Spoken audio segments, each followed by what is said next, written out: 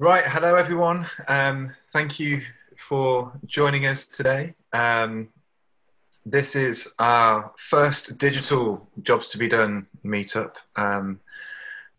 We set this community up because we wanted to speak to other organisations that were interested in jobs to be done or indeed using jobs to be done. And for everyone to be able to kind of share their experiences and learn from each other. And over the years, we've kind of run a number of different meetups, and members of this community and people that I see in the list here as well have contributed to that and given some really great talks and presentations in the past. And that kind of ranges from like their approaches to it and the kind of methods they've used and right through to the insights they have gained. Today we have Alan and Yann with us here. They are both sharing the findings from some of their kind of jobs to be done research that they conducted during the pandemic that we've all been living through recently. So I'm delighted to have them here and for them to share their work with us. All right. So thanks everybody for being here, and thank you again, Ryan, for having us. So what I'm going to talk about is a project we launched, which unfortunately only works well in writing. So you can't really pronounce the home office works as it is there because it's weird to pronounce it that way, but that's the way we call the project. And it's basically a project, and I'll explain it much more in detail later on, about the pain points of new office workers. Before I do that, let me just, because we're not so well known, just say a few words about Vendbridge, and so you get an idea of what that is. So I work at Vendbridge, and I have been for quite some time now. And what we do is really we spin growth initiatives to success. That is our main ambition. That is what we do. We consider ourselves leading in jobs to be done. I mean, that's always up to debate, but that's what we claim. And we've done more than 100 projects, including a quantitative validation of jobs to be done. And I will focus in my talk on what that means and what we found out about it. We help larger like F1000 companies and technology startups. So we're in different worlds as well. They use our methods and tools for the value positioning, what we call idea sharpening. So really finding what works with customers, building service blueprints, or really laying down a customer foundation if that's necessary for different purposes.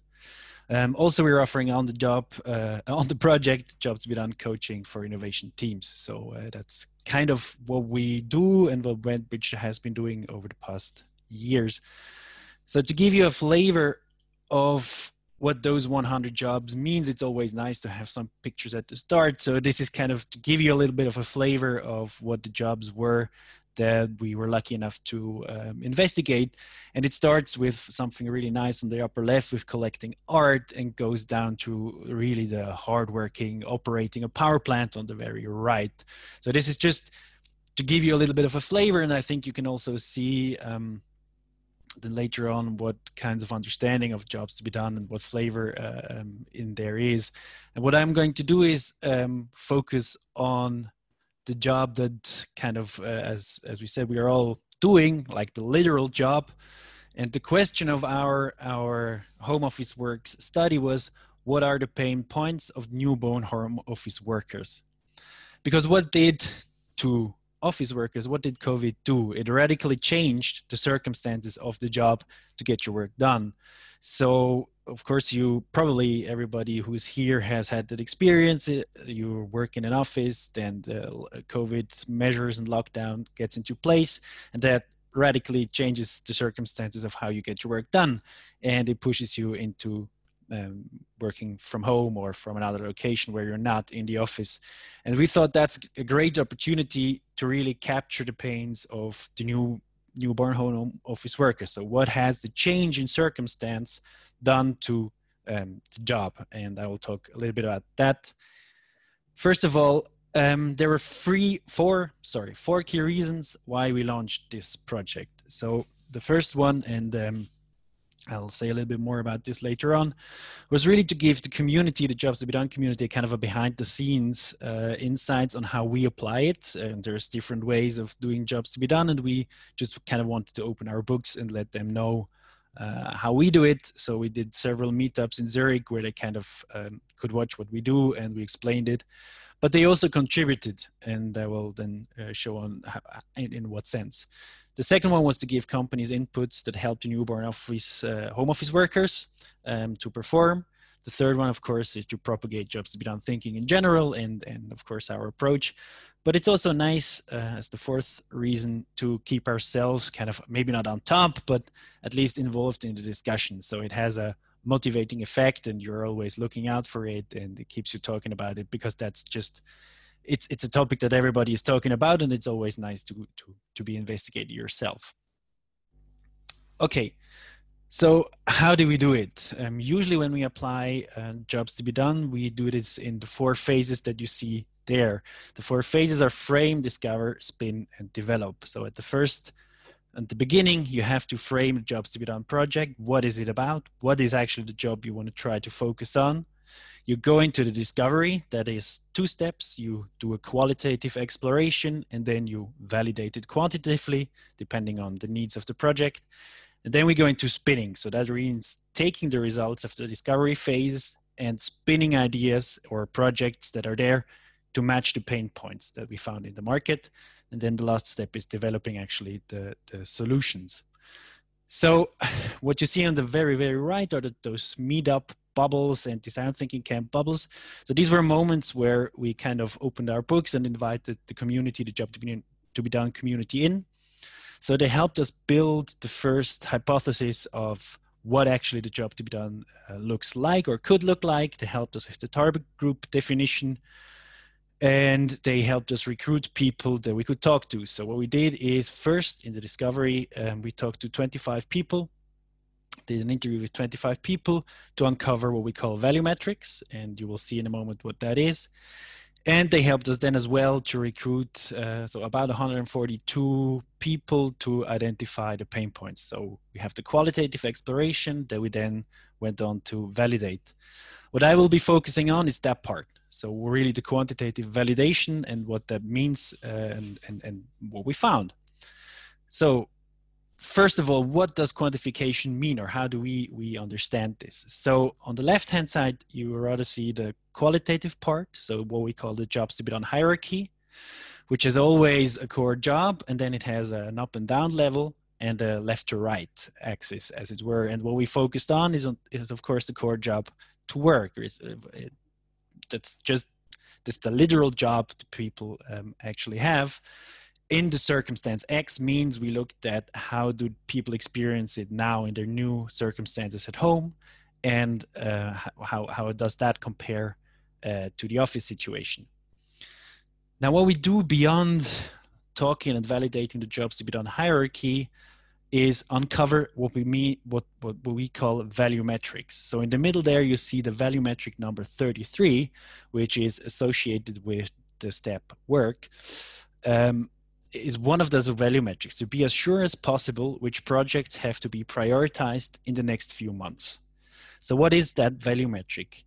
This is one of many, and in fact we uncovered 69 of those, one of many metrics that the customers have, or people just have, to judge the value of a solution as a function of their job. So as it were, in the circumstance of working at home, how well are you able to make sure to know which projects have to be prioritized in the next few months? So that is something somebody has said that's important to them. In the qualitative phase, we take that value metric and we put it in an online survey, and out comes on the right that that's a pain point. Now, what does a pain point mean in our terms? It means it's for many, many people that is quite important. So being sure which projects are prioritized over the next few months is quite important to many people. So it's about 7.5. So that means 75% of the people found that very important, but only about 3.5. So 35% of the people are fulfilled or satisfied with it. So that is what we call a pain point. It's one value metric that for many people is very important, but they're not fulfilled. It's not fulfilled. They don't have yet, they are not satisfied with it at the moment. That's our definition of a pain point. And on the upper right, you will see some maps later on. We call this an essential. So these would be the needs that are very important, but are already satisfied. That's what quantification means. And I will show a little bit what we found. Now, I'll focus on one key finding, and it's about bees and butterflies.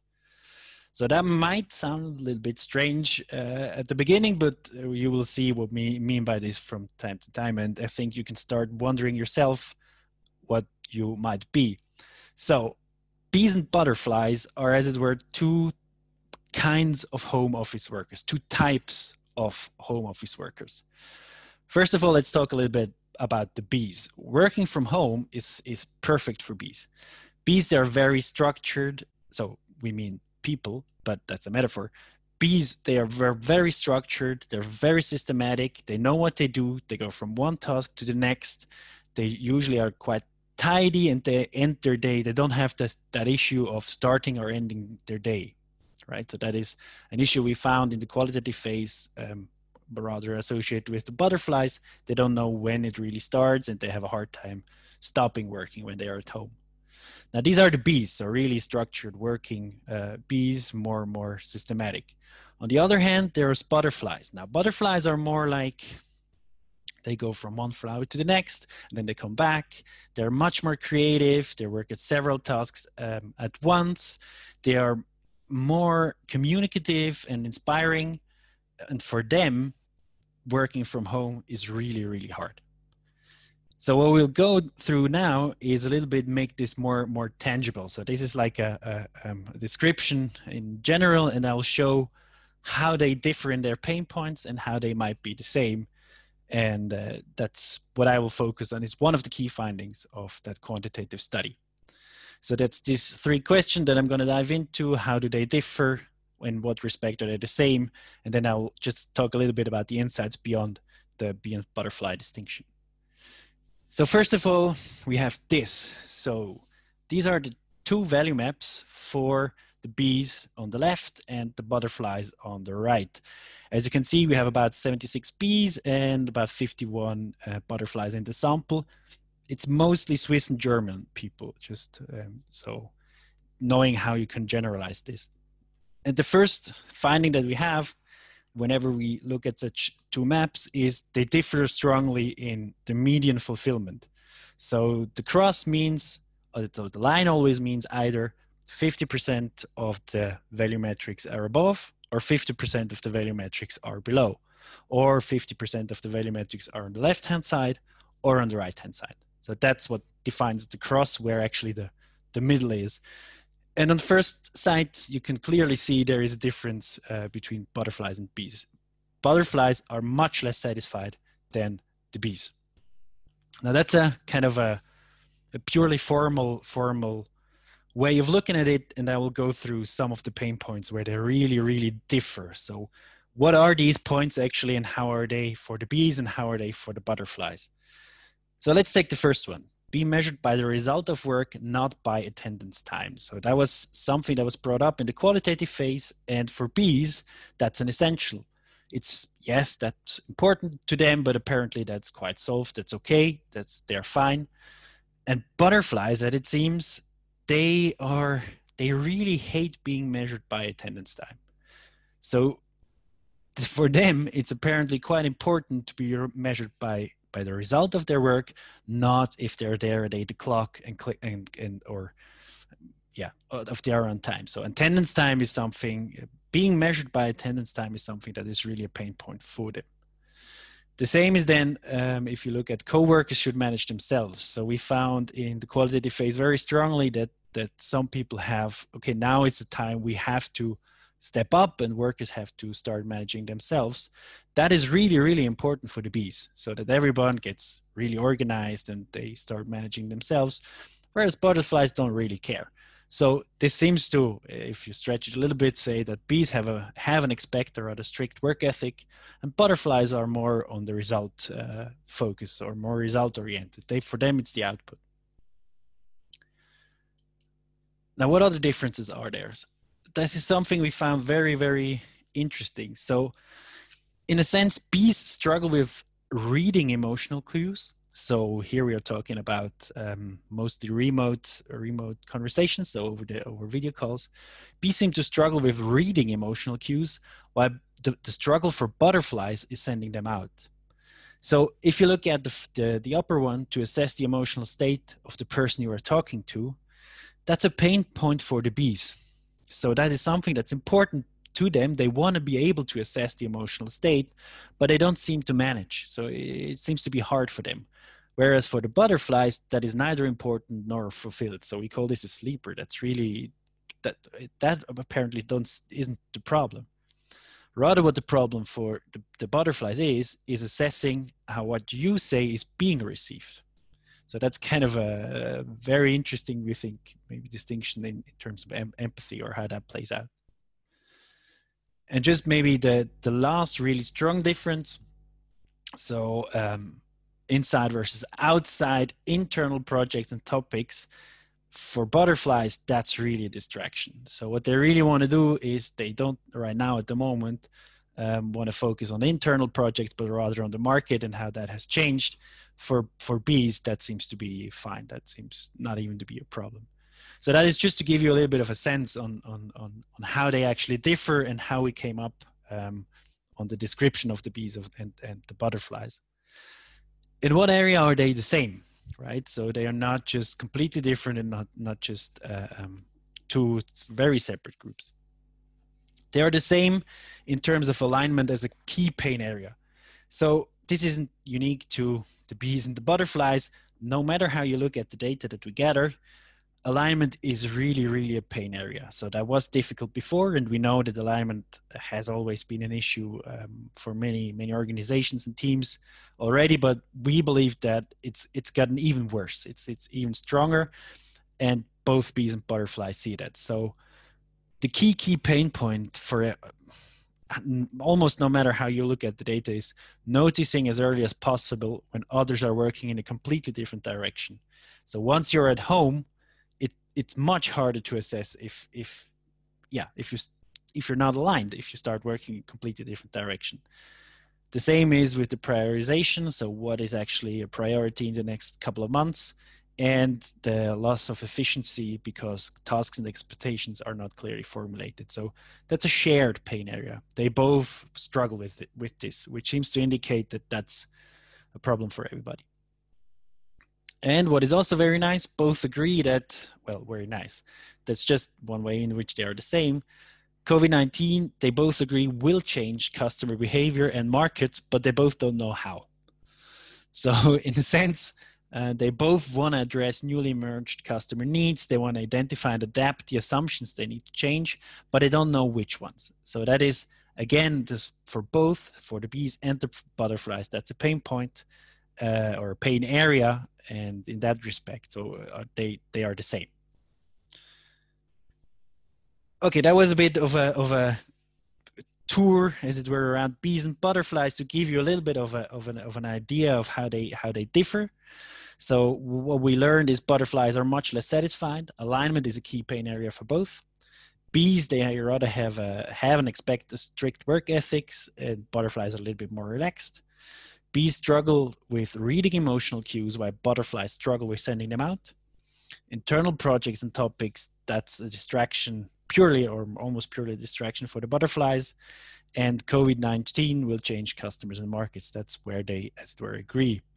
So what can we draw from this? What does it all mean, or what could this mean in terms of the future of work? Now, one thing that is pretty clear that's also not very surprising is what we think is 100% remote is just an illusion. So butterflies suffer way too much. That is not going to be something they actually like, working 100% remote, and bees are much too disconnected from the team. So also in terms of the key pain area of alignment, which they both share. Now, what it also says that organizations and teams that smartly balance tasks and remote office days amongst the employees, they can actually increase productivity. Because it's not the case that remote is something that, or working from home is something that is a danger to productivity, as we all have probably experienced, but it's a question of how you balance it. What we actually think as well, and we talked about this before we started the talk, is the job the office addresses has to change. So the office must enable even more, or even help even more in terms of human connection, collaboration to address the alignment issues. So this key pain area of alignment is really something a new kind of office could really solve, and could. But for that, offices must look different. Then the last point, COVID-19, I think we probably all experienced it, can also have a unifying power, or really bring us together. But that, of course, is always a thin line that could also quickly shatter. All right. So maybe just to then wrap it up, so I'll say a little bit something more about bees and butterflies, and then I'll give a little bit of hints what else we found out. Friendly message for the bees out there: if you identify more with the bees, an informal exchange is not just an inefficiency, so why not see it as an alignment tool? And kind of for the butterflies, the message is rather, look, internal projects and topics, yes, they're sometimes boring, but they also build a common identity. So that's kind of if you're a bee or a butterfly, that would be kind of our friendly message. Just quickly to wrap it up, the bee and butterfly distinction is one thing that we found, one thing that we thought was very interesting, and there's of course more. The trouble is this: predictions are very hard, especially about the future. So we kind of brought up 3 more findings from the study that I just wanted to share and have some possible implications then on the right. So one is the one I just presented, so these 2 kind of home office worker types, the bees and the butterflies. The second one is that already came through a little bit: collaborating remotely is an empathy killer. So that is really something that we see in the data. It's really hard to connect, to keep up motivation, or to have a creative work when you actually work together remotely. The third point that we see in the data as well is a kind of a funny mirror image of office and the home. So the office is apparently quite bad for focus. People get distracted when they are in the office, but it's great for motivation. So the distraction is your co-workers and friends. On the other hand, the home seems to be very, very good for focus. So focused work is very well done at home, but it's bad for motivation. So it drains on you to work from home, and probably we've experienced that as well. One other insight that we found is, yes, so we looked at the difference between parents and other household situations. Having kids at home makes working from home really hard. That is absolutely true, and you can see that in the data very nicely. But so does living alone. So that's just one part where we kind of think the discussion is a little bit silent. We focus very much on those who have kids, which is an issue. Which is just something that makes working from home hard, but so is living alone. On the right, we have possible implications. So I already went through some of those. 100% remote is an illusion. We have to, I think, all improve the way we show empathy in an online context that is different than in an offline context. And I think we still need to learn how to do that. The third one seems to be the one I already said. So redefine the role of the office. It's what home office has caused for us is really it put into question the job of the office. So that's something that suddenly now has opened up again. What actually is the job of an office? And then the fourth one, of course, is balancing then the contradiction of the office as a focus space for parents, because we've seen many parents that now go to the office to actually be focused and have a quiet space, versus a meeting place for the singles. So that could be one of the possible implications. These are just conversation starters. It's very hard to actually predict how this plays out, but it would be nice to hear and see what you have to say. And yeah, I think that's about it. Thank you, Yann. That was really interesting. I think a lot of people can identify with the bees and butterflies. It was very nice. I like that. You are dealing with a very, very, very topical topic at the minute, and there's a lot of people asking the question of what the jobs to be done of the office kind of post COVID is at the minute, and you know, this topic is also quite divisive. Yes, I imagine. um, and so there's lots of questions coming in, but do you have a sense about what the main role of the office should be once we're all allowed to kind of congregate and travel again, and we've not got social distancing in place, and we've maybe settled down into a bit of a, I hate to use the phrase, new normal? Yeah, so I think it goes into the direction that I was at least trying to aim at. So I think what we see now is that yes, it's hard, but apparently it works without being at the office. So for some people, I think it came back as in terms of so they struggle with keeping up the routine when they work from home, but that's more or less manageable. So I think going into the future, for some companies, it could really make sense to rethink the role the office has, not primarily as a place where you just work, but what kinds of tasks does it actually make sense to have to bring the people together? So it should be a place where, I mean, the focus work, things that you have to concentrate on, or do you have to be really a silent environment. The office seems to be very bad at this. So people probably but the home situation is very good for that.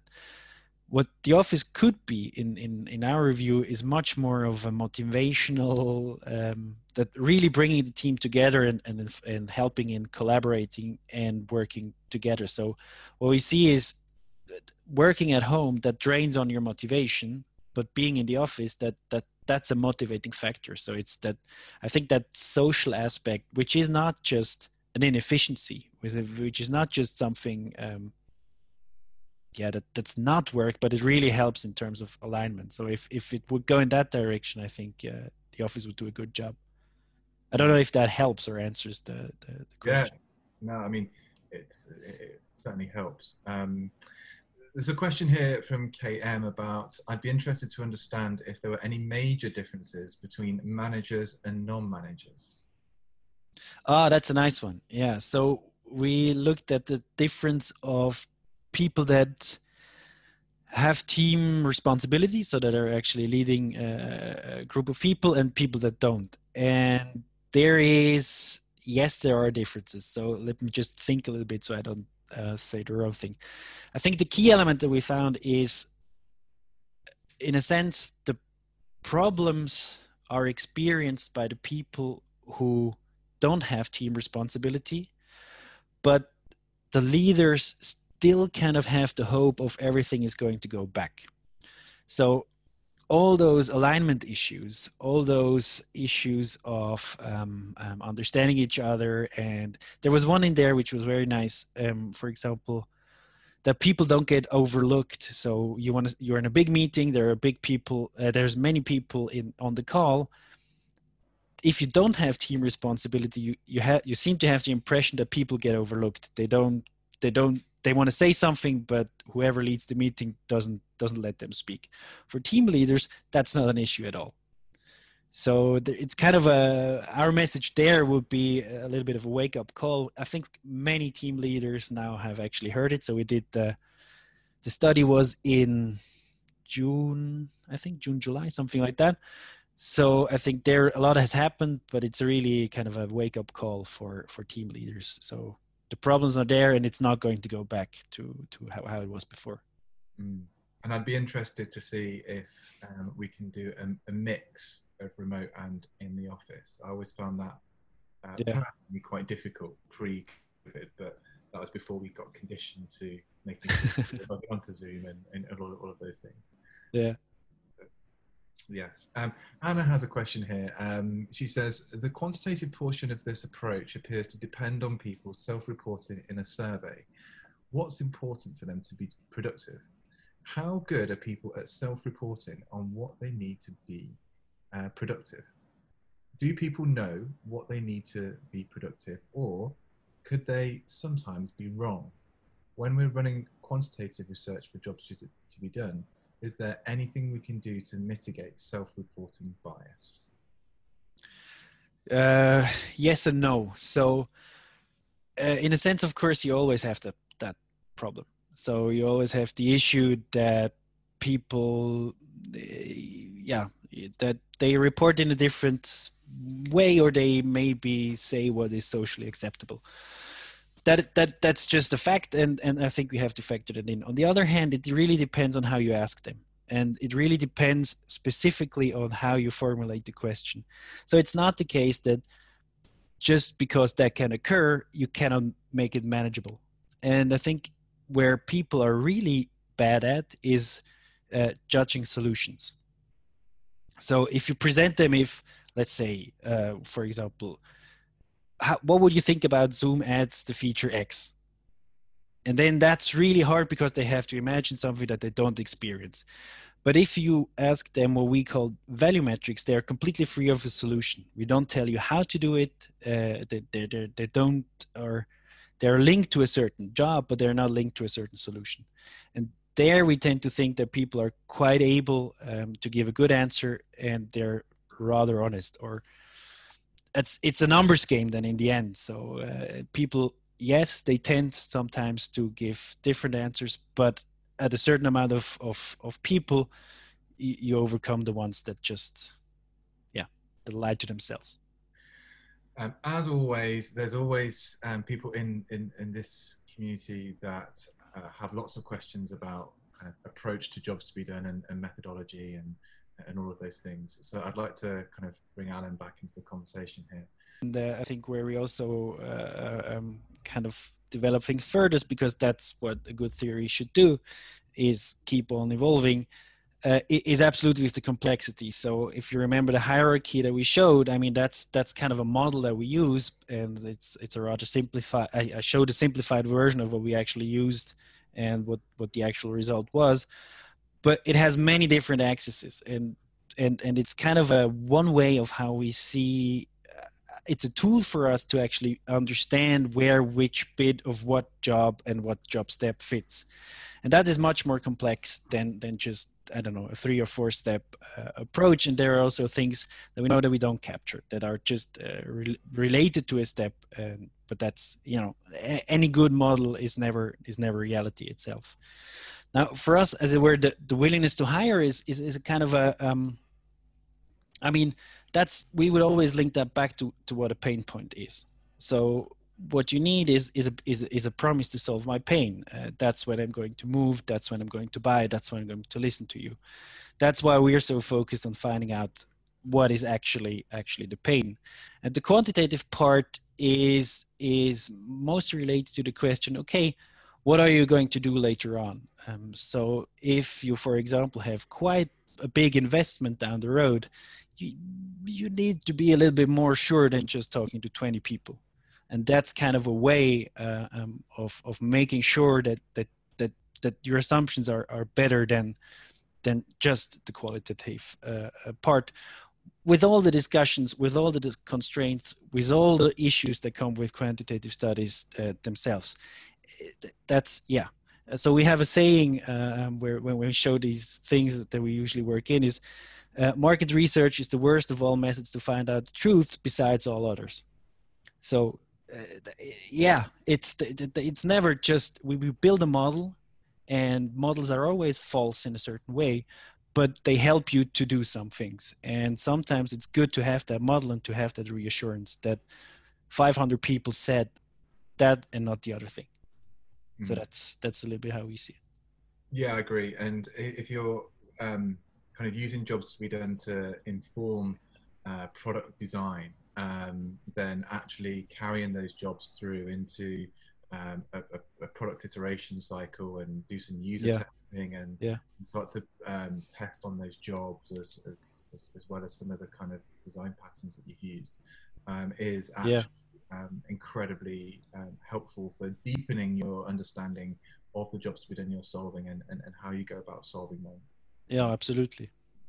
I think the question is always there also. I mean, that you always, that's why we put quite some emphasis on the frame, or the first part of our approach on framing, because you have to answer the question of what job you want jobs to be done to do for you, right? So we see it as a way of thinking. It's kind of a way of thinking, and then the application and what you want it to do, and what is that you have to decide first. So what is it actually? What is the job that you want job to be done to do for you? So that's yeah, that's always an open, and there are different things. So if you go more into the questions of positioning, for example, then the approach might be slightly different than if you go into the, as it were, nitty-gritty details of optimizing the next generation of a product. I've been so focused at reading the questions in the Q&A that I forgot to look at who's been raising their hands. Sorry, it's not very experienced doing this moderating, but Carmen's got a hand. So, Carmen, you should be able to talk now if you want to ask your question. You're on mute, by the way. Sorry, no, I was not raising my hand. I'm sorry, I just touched my phone in the wrong way. Sorry about that. Now you have to ask a question. Hear your voice anyway, Carmen. Well. Okay, I'll go back to the... You said my name and I was like, what? Brilliant. I love it. Okay. There is one beautiful metric in there which says to predict the moment at which you have to talk in a meeting. So that was something that some people brought up because they, I don't know, they have a meeting and they sit in front of their computer, they turn the camera off and they're eating, but they have to know exactly when they probably have to speak. So predicting that moment when you have to kind of push it all away, and then, yeah, okay. So. Got time for one last question. I think we are pushing times a bit. Eduardo Hernandez, one of the characteristics of jobs to be done is that they should be consistent over time. So the jobs people have pre-COVID, they should still have. Does this mean that the reason people switch to a new solution for those jobs is more about the constraints or anxieties, or did COVID create new jobs to be done? How do you think about this? So I think I tend to agree. I mean, the question of stability over time of a job is a question of what level are you at. So in what sense, in our hierarchy, that's the model we used to think, where are you at? Because the more concrete you get, the more you get to the lower how, the faster it changes, because you're getting closer and closer to solutions. So that's a little bit. So in general, it's maybe a little bit difficult to answer that question. My take on this is, and I think that's also kind of a difference in how people see jobs to be done, is that new jobs are created rather rarely. I think that's probably a key difference in how we understand the method. But I mean, I'll let you say how you see things. So yes, I would say that what COVID does, at least in our research, is it changed the circumstances. It changed the circumstances of how a job can be performed, and that then changes, as it were, the solution space. So that's maybe our way of looking at things. I'll just build on that a little bit. We did some research in the US amongst small business owners trying to manage their business finances. And we did it just before, we finished the research in February. So the timing of it was like perfect, just before COVID hit, just before lockdowns started, and small businesses were hugely affected. And so we had a set of jobs to be done for those small business owners pre-pandemic. And the key thing there was that, you know, they struggled to manage their cash flow. They struggled to leverage the data they have within their business to make good, sound kind of financial decisions for their business. And we've been going back to some of the people that we spoke to pre-pandemic, just to find out, you know, how things might have changed. And, you know, there's some obvious answers in that, you know, the pandemic hit and cash flow became a huge issue for them. You know, it was the thing that they kind of focused the most on because it was the survival of their business. But if they start to think a little bit more long term, and they kind of get out of the immediate need to survive, then I think big shifts and big events like COVID can make people that have been through that experience think differently about some of the things that they might prioritize for the financial side of their business, like having a bit more of a kind of financial safety net. You know, businesses, you know, kind of rely on loans and lending and working capital as a way to kind of get through some of those tough patches. But actually, should they be building up more reserves, and should they kind of be making them more shock proof to kind of black swan events like COVID? Yeah, probably. But the interesting thing is that kind of reprioritization of that job to be done, that because now becoming more significant for them, is that going to persist over time, or will our memory degrade of the experience we went through with COVID, and actually, you know, those things around, you know, kind of cash flow and future forecasting and using data to kind of help them manage their business and stuff, will they kind of resurface as the main things? But yeah, I think it's for me it's a bit of both. Jobs do stay the same over time, but certainly big shifts in context and circumstance create new ones. And I think, to Alan's point, you know, we have so many more products and services today than we did, you know, 10, 50, 100 years ago. So, yeah. Well, thank you, Alan and Yann, so much for your time and sharing your work with us. It was very, very interesting. Thank you, everyone on the call, for coming and listening to this and posting your questions in the Q&A. It was a really, really good discussion. We have recorded this, so I will send out the recording to the meetup email list. So make sure that you're subscribe to the alerts on there to get the recording. But thank you, everyone. Enjoy the rest of your evening, and I hope to see you soon.